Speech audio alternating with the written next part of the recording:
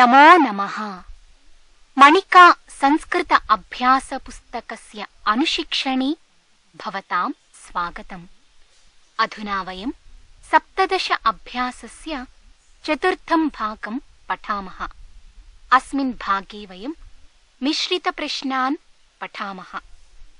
अस्माभिः एतावत्पर्यन्तं तुमुन् क्त्वा ल्यप् प्रत्ययाः पठिताः खलु?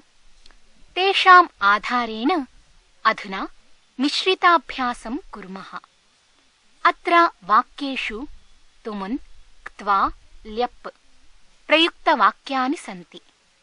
तेषाम् अर्थं ज्ञात्वा प्रश्ननिर्माणं कुर्मः। उदाहरणार्थं चित्रं पश्यन्तु। बालकः किं करोति? बालकः स्नातुं गच्छति। सः स्नात्वा वस्त्राणि धारयति इति।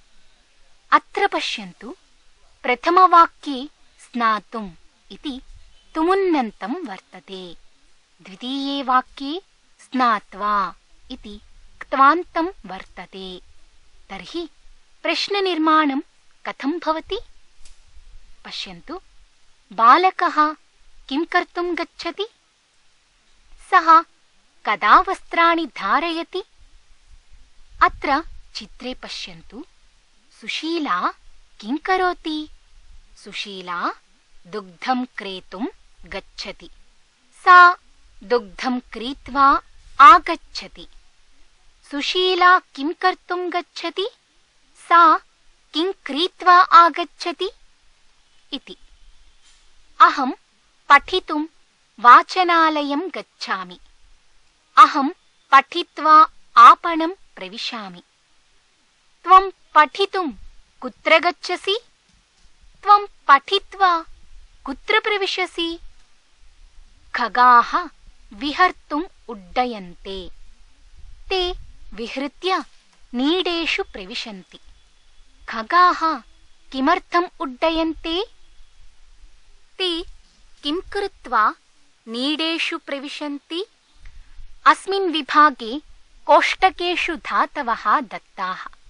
तान् दृष्ट्वा रिक्तस्थानेषु यथावसरं तुमुन्नन्ताक्त्वान्तपदानाम् उपयोगं कुर्मः।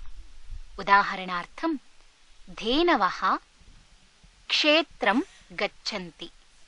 ताः गृहम् आगच्छन्ति। अत्र कोष्टके कः धातुः वर्तते? चर् इति धातुः। अत्र वाक्यद्वयं वर्तते। वाक्यद्वये अपि एकं रिक्तस्थानं वर्तते। एकत्र तुमुन्नन्तः पूरणीयः, अपरत्र क्त्वान्तः। चर् धातोः तुमुन् प्रत्यये किं रूपं भवति? क्त्वा प्रत्यये परे किं रूपं भवति इति प्रथमं चिन्तनीयम्। चर् धातोः तुमुन् प्रत्यये चरितुम् इति भवति। क्त्वा प्रत्यये चरित्वा इति भवति। प्रथमवाक्ये चरितुम् इति पूरणीयं वा, चरित्वा इति पूरणीयं वा? पश्यन्तु, प्रथमवाक्ये चरितुम् इति भवति। धेनवः चरितुं क्षेत्रं गच्छन्ति। द्वितीयवाक्ये किं भवति? चरित्वा इति क्त्वान्तं भवति। ताः चरित्वा गृहम् आगच्छन्ति। रमेशः भोजनं पाकशालायाम् उपविशति। सः भोजनं हस्तौ प्रक्षालयति। अत्र कोष्टकेषु वर्तते कृ इति धातुः। तस्य तुमुन्नन्तरूपं किं भवति? कर्तुम् इति। कृ धातोः क्त्वान्तं रूपं किं भवति? कृत्वा इति भवति। वाक्यमेवं भवति, रमेशः भोजनं कर्तुं पाकशालायाम् उपविशति। द्वितीयवाक्यं कथं भवति? सः भोजनं कृत्वा हस्तौ प्रक्षालयति इति भवति। सरला ईश्वरं मालां जपति। सा ईश्वरं शान्तिम् आप्नोति। कोष्टके वर्तते स्मृ इति। तस्य तुमुन् प्रत्ययान्तं रूपं स्मर्तुम् इति भवति। क्त्वा प्रत्यये कृते स्मृत्वा इति भवति। प्रथमवाक्ये स्मृ धातोः तुमुन् प्रत्ययान्तरूपं भवति। सरला ईश्वरं स्मर्तुं मालां जपति इति प्रथमवाक्यं भवति। द्वितीयवाक्ये स्मृ धातोः क्त्वा प्रत्ययान्तरूपं भवति। सा ईश्वरं स्मृत्वा शान्तिम् आप्नोति। बालाः उपवने धावन्ति। ते स्वस्वगृहं गच्छन्ति। अत्र कोष्टके वर्तते क्रीड् इति धातुः। तस्य तुमुन् प्रत्ययान्तरूपं भवति क्रीडितुम् इति। क्त्वा प्रत्ययान्तं भवति क्रीडित्वा इति। अधुना वाक्यद्वयम् एवं भवति। बालाः क्रीडितुम् उपवने धावन्ति इति। ते क्रीडित्वा स्वस्वगृहं गच्छन्ति इति। मूषकं मार्जारः धावति। तं मार्जारः भक्षयति। कोष्टके दत्तः ग्रह इति धातुः। तस्य तुमुन् प्रत्यये ग्रहीतुम् इति भवति। क्त्वा प्रत्यये गृहीत्वा इति भवति। अधुना वाक्यद्वयम् एवं भवति। मूषकं ग्रहीतुं मार्जारः धावति। तं गृहीत्वा मार्जारः भक्षयति इति। अधः सम्भाषणे केचन शब्दाः क्त्वा ल्यप् तुमुन् प्रत्ययान्ताः सन्ति। तान् चित्वा समक्षं दत्ते रिक्तस्थाने लिखन्तु। पश्यन्तु, अत्र सुधेशः मनीषया सह किं वदति? सुधेशः, मनीषे, अहं पठित्वा वृक्षम् आरोहामि। अस्य अर्थः कः? हे मनीषे, अहं पठनं कृत्वा वृक्षम् आरोहामि इति खलु? तर्हि अस्मिन् वाक्ये क्त्वान्तपदं किमिति ज्ञातं वा? पठित्वा इति। अन्ते त्वा इति वर्तते। अतः अयं क्त्वान्तशब्दः। मनीषा, सुधेश, वृक्षम् आरुह्य किं करोषि? अस्मिन् वाक्ये ल्यबन्तपदं वर्तते। किं तत्पदम्? आरुह्य इति। आ इति उपसर्गः, ऋः इति धातुः, ल्यप् इति प्रत्ययः। आ ऋः य आरुह्य। सुधेशः, अत्र आगत्य स्वयमेव पश्य। आगत्य इति क्त्वान्तं वा ल्यबन्तं वा तुमुन्नन्तं वा वदन्तु। आगत्य इति ल्यबन्तं पदम्। आ इति उपसर्गः, गम् इति धातुः, ल्यप् इति प्रत्ययः। आ गम् य आगत्य। मनीषा, परम् अहं वृक्षम् आरोढुं न शक्नोमि। आरोढुम् इति तुमुन्नन्तपदं वर्तते। आ इति उपसर्गः, ऋः इति धातुः, तुमुन् इति प्रत्ययः। आ ऋः तुम् आरोढुम्। सुधेशः, अस्तु, अहं पक्वानि आम्राणि पातयामि। तानि निरीक्ष्य गणयित्वा च करण्डके स्थापय। अत्र वाक्यद्वयं वर्तते। प्रथमं वाक्यं पश्यन्तु। किं तत्र क्त्वा ल्यप् तुमुन् प्रत्ययान्तानि पदानि सन्ति वा? न सन्ति खलु?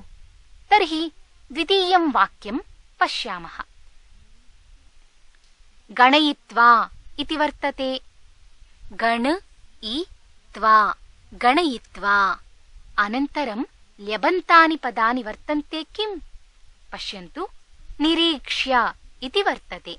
निर् इति उपसर्गः, ईक्ष् इति धातुः ल्यप् निर् ईक्ष् य निरीक्ष्य इति। स्थापय इति पदमपि यकारान्तं वर्तते इति तत् ल्यबन्तम् इति न वक्तव्यम्, यतोहि तत्र क्त्वा प्रत्ययार्थः न वर्तते। एवञ्च पूर्वम् उपसर्गः अपि नास्ति, अतः स्थापय इति न ल्यबन्तः। मनीषा शीघ्रं कुरु, वानराः आगच्छन्ति, तान् दृष्ट्वा अहं भीता। अत्र दृष्ट्वा इति क्त्वान्तपदं वर्तते। दृश् त्वा दृष्ट्वा। सुधेशः आम्राणि गृहीत्वा धावित्वा च गृहं गच्छ। अस्मिन् वाक्ये पश्यन्तु, गृहीत्वा धावित्वा इति पदद्वयं वर्तते। उभयत्रापि अन्ते त्वा त्वा इति श्रूयते। ग्रह इ त्वा गृहीत्वा, धाव इ त्वा धावित्वा। मनीषा त्वम् अचिरात् कूर्दित्वा शाखाम् अवलम्ब्य अधः आगच्छ। अस्मिन् वाक्ये कूर्दित्वा इति क्त्वान्तपदं वर्तते। कूर्द् इ त्वा कूर्दित्वा इति। अवलम्ब्य इति ल्यबन्तं वर्तते। अव इति उपसर्गः लब् धातुः। ल्यप् अव लम्ब् य अवलम्ब्य। कोष्टके विद्यमानवाक्ये अपि ल्यबन्तं दृश्यते। पश्यन्तु, उत्प्लुत्य इति पदम्। उत् इति उपसर्गः, प्लु इति धातुः, ल्यप्। उत् प्लु य उत्प्लुत्य इति। हे छात्राः, अत्र पश्यन्तु सावधानेन। अधुना गोविन्द इति एकः बालकः धनिकः, उदारः, आदर्शः बालकः वर्तते। तस्य दिनचर्यां कोष्ठके दत्तं धातुं प्रत्ययं च उपयुज्य सम्पूर्णवाक्ये लिखामः। उदाहरणार्थं, गोविन्दः पाठं गृहम् आगच्छति। अस्मिन् वाक्ये कोष्टके कः धातुः दत्तः? पठ् इति धातुः दत्तः। प्रत्ययः वर्तते क्त्वा इति। पठ् धातोः क्त्वा प्रत्यये कथं रूपं भवति? पठित्वा इति खलु? तर्हि वाक्यं पश्यन्तु। गोविन्दः पाठं पठित्वा गृहम् आगच्छति। गोविन्दः कदा गृहम् आगच्छति? गोविन्दः पाठं पठित्वा गृहम् आगच्छति। गोविन्दः विद्यालयात् भोजनं खादति। अत्र किं वर्तते कोष्टके? आ गम् ल्यप् इति वर्तते। एतेषां त्रयाणां संयोजनेन किं भवति? आगत्य इति भवति। वाक्यं पश्यन्तु। गोविन्दः विद्यालयात् आगत्य भोजनं खादति। गोविन्दः कदा भोजनं खादति? गोविन्दः विद्यालयात् आगत्य भोजनं खादति। गोविन्दः प्रातः उद्यानं गच्छति। गोविन्दः कुत्र गच्छति? गोविन्दः उद्यानं गच्छति। गोविन्दः उद्यानं किमर्थं गच्छति? वदन्तु, किमर्थं गच्छति? कोष्टके दत्तधातुप्रत्यययोः योजनं कुर्वन्तु, तदा ज्ञायते किमर्थं गच्छति इति। गोविन्दः प्रातः भ्रमितुम् उद्यानं गच्छति। उत्तमम्। गोविन्दः पुस्तकानि जनकेन सह याति। गोविन्दः किमर्थं जनकेन सह गच्छति? कोष्टके किं वर्तते? क्री तुमुन् इति खलु? क्री धातोः तुमुन् प्रत्यये कृते किं भवति? क्रेतुम् इति भवति। गोविन्दः पुस्तकानि क्रेतुं जनकेन सह याति। गोविन्दः प्रसन्नः सर्वान् प्रीणयति। गोविन्दः सर्वान् कथं प्रीणयति?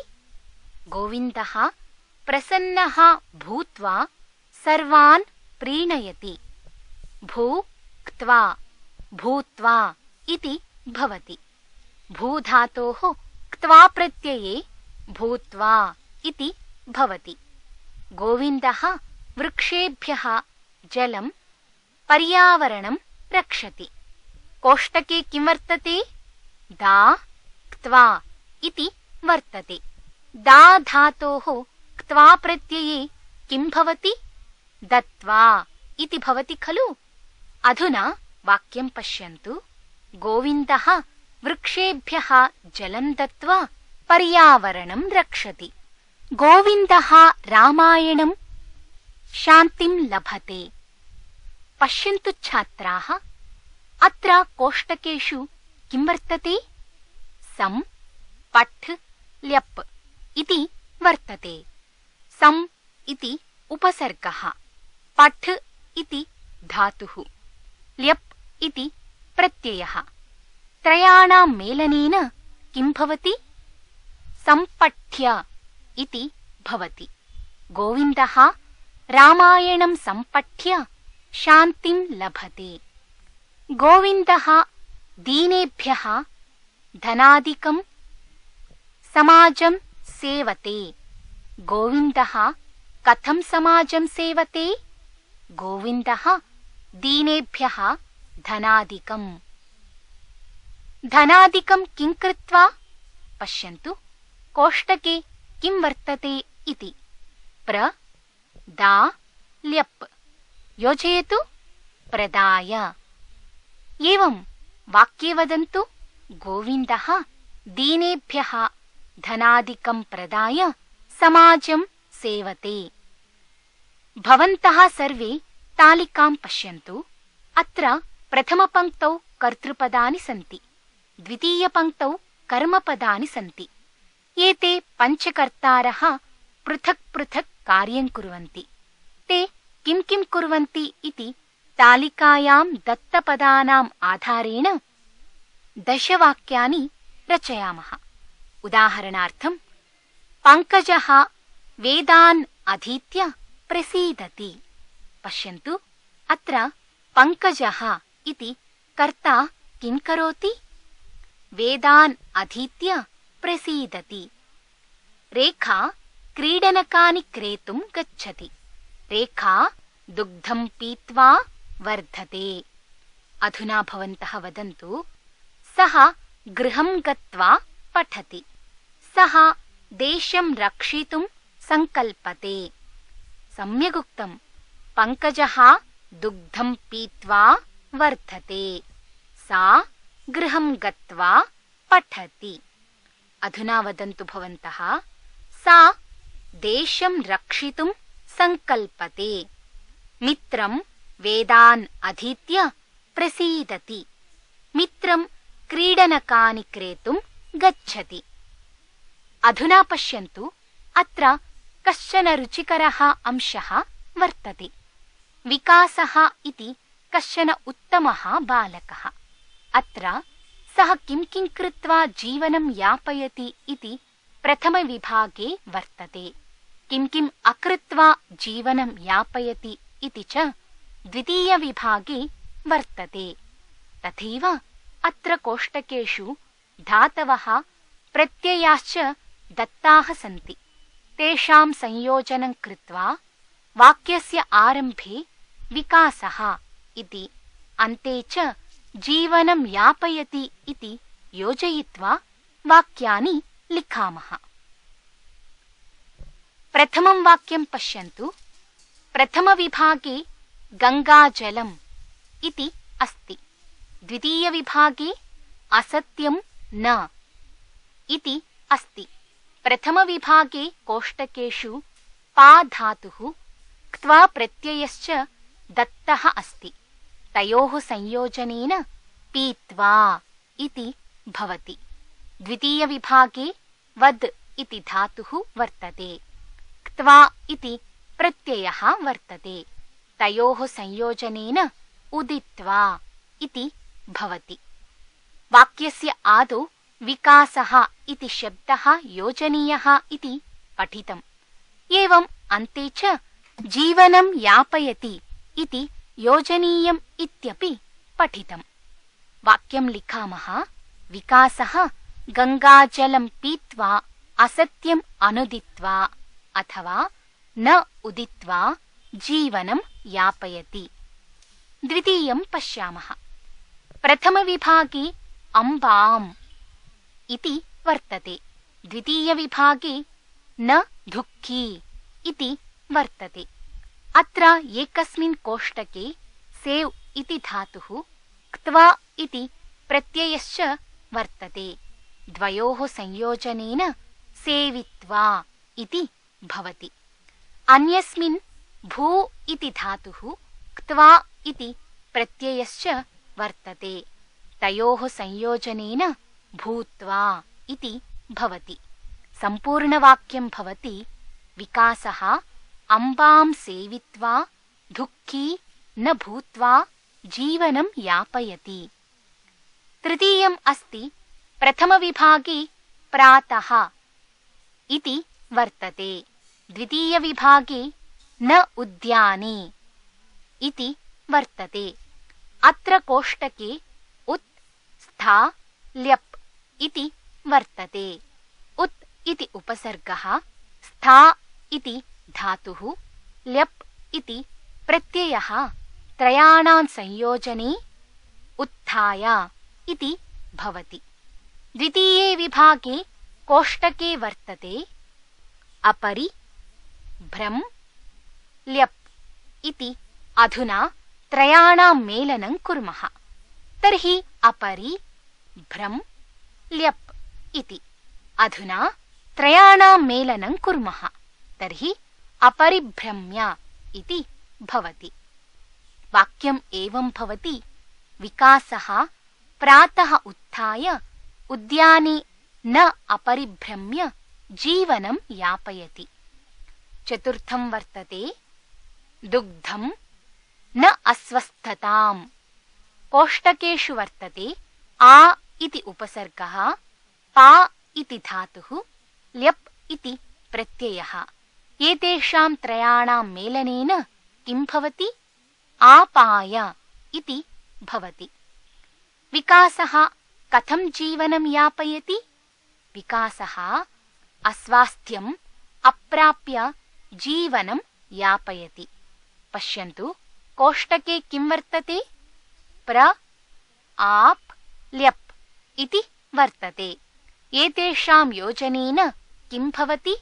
प्राप्य इति भवति।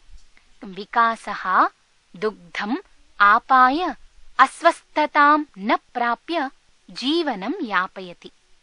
पञ्चमं वर्तते सज्जनान् न दुर्जनान्। अत्र किं वर्तते? कोष्टके परि त्रै ल्यप् इति। एतेषां संयोजनेन परित्राय इति भवति। द्वितीये कोष्टके किं वर्तते? उप सेव् ल्यप् इति वर्तते। योजनं कुर्वन्तु भवन्तः। किं भवति? उपसेव्य इति। वाक्यं पश्यन्तु। विकासः सज्जनान् परित्राय दुर्जनान् अनुपसेव्य जीवनं यापयति। अन्तिमं वर्तते मृगचर्मणि न अनीश्वरम्। प्रथमकोष्टकेषु उप विश् ल्यप् इति वर्तते। तेषां संयोजनेन उपविश्य इति भवति। द्वितीयकोष्टकेषु सम् स्तु ल्यप् इति वर्तते। एतेषां संयोजनेन संस्तुत्य इति भवति। वाक्यमेवं भवति। विकासः मृगचर्मणि उपविश्य न अनीश्वरं संस्तुत्य जीवनं यापयति। अत्र उपसर्गाः, धातवः, ल्यप् प्रत्ययश्च दत्ताः सन्ति। अधुना तेषां संयोजनेन ल्यबन्तपदानां निर्माणं कुर्मः। पश्यन्तु, आदौ वर्तते परि इति उपसर्गः श्रम् इति धातुः ल्यप् प्रत्ययः त्रयाणां संयोजने परिश्रम्य इति भवति परिश्रम्य परिश्रम्य द्वितीयः आ इति उपसर्गः इ इति धातुः ल्यप् इति प्रत्ययः एतेषां त्रयाणां संयोजनेन एत्या इति भवति आ इ य एत्या इति तृतीयं पश्यन्तु निस् इति उपसर्गः श्वस् इति धातुः ल्यप् इति प्रत्ययः एतेषां मेलनेन निश्वस्य इति पदं सिद्ध्यति निस् श्वस् य निश्वस्य अग्रिमं पश्यन्तु प्र इति उपसर्गः विश् इति धातुः ल्यप् इति प्रत्ययः त्रयाणां सम्मेलनेन प्रविश्य प्र विश् य प्रविश्य अनन्तरम् अस्ति वि इति उपसर्गः ईक्ष् इति धातुः ल्यप् इति प्रत्ययः एतेषां संयोजनेन वीक्ष्य इति भवति वि ईक्ष् य वीक्ष्य आ इति उपसर्गः ऋः इति धातुः ल्यप् इति प्रत्ययः आरुह्य आ ऋः य आरुह्य अग्रिमं पश्यन्तु वि इति उपसर्गः हा इति धातुः ल्यप् इति प्रत्ययः एतेषां संयोजनेन विहाय इति सिद्धम् वि हा य विहाय अग्रिमम् अस्ति निर् इति उपसर्गः दिश् इति धातुः ल्यप् इति प्रत्ययः एतेषां संयोजनेन निर्दिश्य इति सिद्ध्यति निर् दिश् य निर्दिश्य अनन्तरं वर्तते प्र इति उपसर्गः आप् इति धातुः ल्यप् इति प्रत्ययः एतेषां संयोजनेन प्राप्य इति भवति प्र आप् य प्राप्य प्र इति उपसर्गः नम् इति धातुः ल्यप् इति प्रत्ययः प्रणम्य प्र नम् य प्रणम्य उप इति उपसर्गः सृ इति धातुः ल्यप् इति प्रत्ययः उपसृत्य उप सृ य उपसृत्य वि इति उपसर्गः लोक् इति धातुः ल्यप् इति प्रत्ययः विलोक्य वि लोक् य विलोक्य आ इति उपसर्गः हू इति धातुः ल्यप् इति प्रत्ययः आहूय आ हू य आहूय निर् इति उपसर्गः ईक्ष् इति धातुः ल्यप् इति प्रत्ययः निरीक्ष्य निर् ईक्ष् य निरीक्ष्य अन्तिमं वर्तते आ इति उपसर्गः दा इति धातुः ल्यप् इति प्रत्ययः इति येषां त्रयाणां संयोजनेन आदाय इति सिद्ध्यति आ दा य आदाय अधुना धातुभ्यः क्त्वा प्रत्ययं तुमुन् प्रत्ययं ल्यप् प्रत्ययं च संयोज्य पदानां निर्माणं कुर्मः धातुः वर्तते दा इति अस्मात् क्त्वा प्रत्यये कृते दा क्त्वा दत्त्वा इति भवति तुमुन् प्रत्यये कृते दा तुमुन् दातुम् इति भवति तालिकायाम् आ इति उपसर्गः दत्तः अतः धातोः पूर्वम् उपसर्गं योजयामः अनन्तरं ल्यप् प्रत्यये आदाय इति भवति द्वितीयः धातुः वर्तते गम् इति तस्य क्त्वा प्रत्यये कृते गम् क्त्वा गत्वा इति भवति गम् धातोः तुमुन् प्रत्यये कृते गम् तुमुन् गन्तुम् इति भवति अव उपसर्गपूर्वक गम् धातोः ल्यप् प्रत्यये कृते अव गम् ल्यप् अवगम्य इति भवति। धातुः वर्तते कृ, तस्मात् क्त्वा प्रत्यये कृते कृ त्वा कृत्वा इति भवति। कृ धातोः तुमुन् प्रत्यये कृते कृ तुम् कर्तुम् इति भवति। उपसर्गपूर्वक कृ धातोः ल्यप् प्रत्यये कृते उप कृ ल्यप् उपकृत्य इति भवति। अग्रिमधातुः चिन्त् इति। अस्मात् क्त्वा प्रत्यये कृते चिन्त् क्त्वा चिन्तित्वा इति भवति। चिन्त् धातोः तुमुन् प्रत्यये कृते चिन्त् तुमुन् चिन्तितुम् इति भवति। वि उपसर्गपूर्वक चिन्त् धातोः ल्यप् प्रत्यये कृते वि चिन्त् ल्यप् विचिन्त्य इति भवति। अग्रिमधातुः वर्तते स्था इति। तस्मात् क्त्वा प्रत्यये कृते स्था क्त्वा स्थित्वा इति भवति। स्था धातोः तुमुन् प्रत्यये कृते स्था तुमुन् स्थातुम् इति भवति। प्र उपसर्गपूर्वक स्था धातोः ल्यप् प्रत्यये कृते प्र स्था ल्यप् प्रस्थाय इति भवति। अनन्तरं वर्तते श्रु धातुः। तस्मात् क्त्वा प्रत्यये श्रु क्त्वा श्रुत्वा इति भवति। श्रु धातोः तुमुन् प्रत्यये कृते श्रु तुमुन् श्रोतुम् इति भवति। प्रति उपसर्गपूर्वक श्रु धातोः ल्यप् प्रत्यये प्रतिश्रुत्य इति भवति। नम् इति धातोः क्त्वा प्रत्यये कृते नम् क्त्वा नत्वा इति भवति।